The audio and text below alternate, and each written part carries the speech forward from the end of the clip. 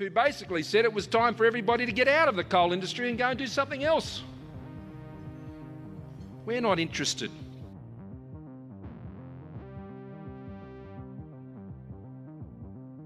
We are working to identify serious mechanisms that can successfully outlaw these indulgent and selfish practices that threaten the livelihoods of fellow Australians.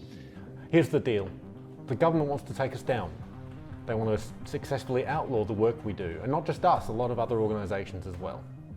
This is absolute overreach, threatening not just our ability to do our work, but civil liberties like freedom of speech, freedom of choice, the freedom to advocate for a healthy environment. All of this is on the line here.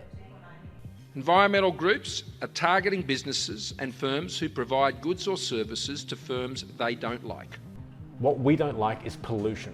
What we don't like is environmental damage. What we don't like are human rights abuses. What we don't like is climate change. We can eradicate those from the economy if we're serious about it, if we're serious about governments, businesses, financial institutions all taking action, and that's what we're here to deliver.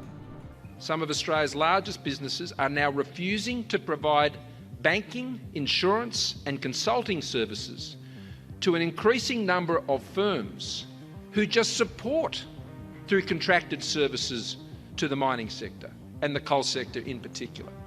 This is why the government's coming after us in the first place. We're getting results. Companies are shifting their business models away from dirty coal.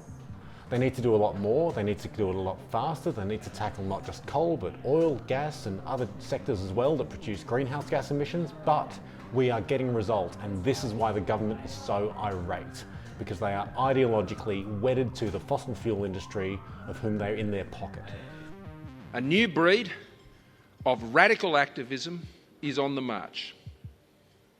Apocalyptic in tone, brooks no compromise, all or nothing. Apocalyptic in tone. You know what's apocalyptic in tone? Turn on the news. You'll see apocalyptic in tone. You will see bushfires raging up the east coast and Western Australia. Go back a few weeks, you'll see record-breaking typhoons hitting Japan. You will see climate impacts day in, day out.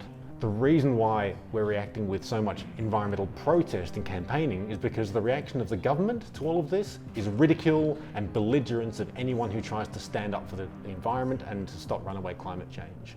But Morrison's right. It is about all or nothing. We can't stop climate change now. It is underway.